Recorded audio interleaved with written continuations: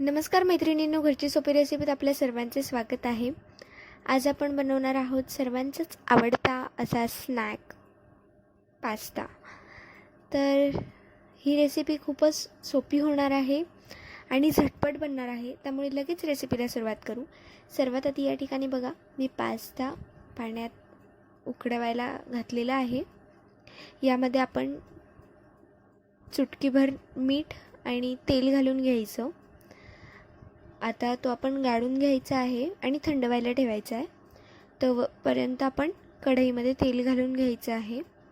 तेल छान गरम होऊ द्यायचं आहे आणि त्यामध्ये मी या ठिकाणी उभा चिरलेला असा कांदा घालून घेतलेला आहे. अगदी बारीक चिरायचा आणि घालून घ्यायचा आहे.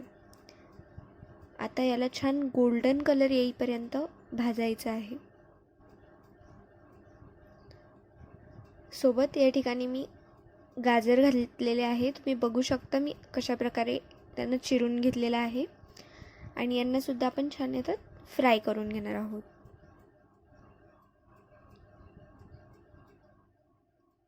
गाजर सुद्धा थोडे शिजले की आपण लगेच त्यात टोमॅटो टाकून घ्यायचे आहेत.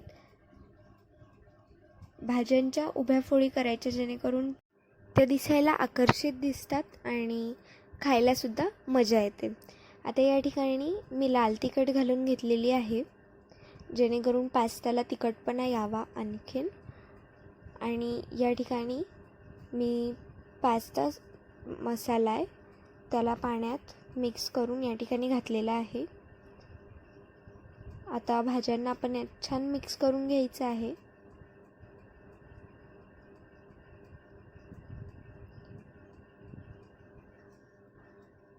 मसाल्यातल्या पाण्यामध्ये आपण सगळ्या भाज्या छान शिजवून घेणार आहोत.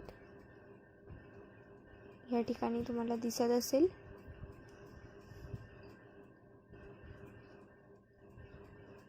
आता या ठिकाणी मी नॉरचा पिझ्झा पास्ता सॉस आहे तो सुद्धा घातलेला आहे, जवळपास 2 टेबलस्पून. आणि त्यानंतर या ठिकाणी आपण एंडिंगला शिमला मिरची घातलेली आहे कारण ती लगेच शिजते.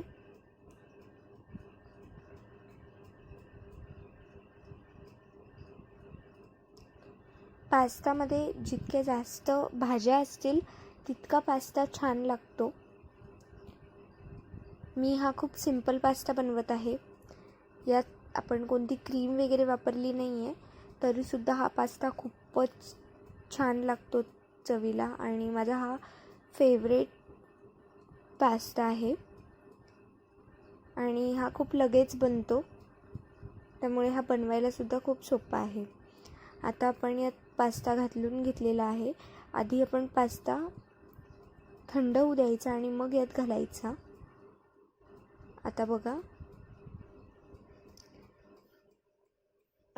आणि आपण पास्ता उकडवतानाच त्यामध्ये तेल घातलेलं असल्यामुळे आपल्याला त्याला काढून घेतल्यानंतर पुन्हा त्यात तेल घालायची गरज नाही पडत आणि तो खूपच मोकळा मोकळा असा राहतो, जास्त गचगचीत होत नाही. आता या ठिकाणी बघू शकता आपला पास्ता जवळपास तयार झालेला आहे. आता मस्त या पास्त्याला सर्व करायचा आणि मस्त याचा आस्वाद घ्यायचा. मैत्रिणींनो, व्हिडिओ आवडला असेल तर व्हिडिओला लाईक करा. हा व्हिडिओ जास्तीत जास्त जणांपर्यंत शेअर करा जेणेकरून ते सुद्धा असा सिंपल पास्ता टेस्ट करू शकतील. आणि चॅनलला सबस्क्राईब केलं नसेल तर सबस्क्राईब करा, तसंच बेल आयकॉनसुद्धा प्रेस करा. धन्यवाद.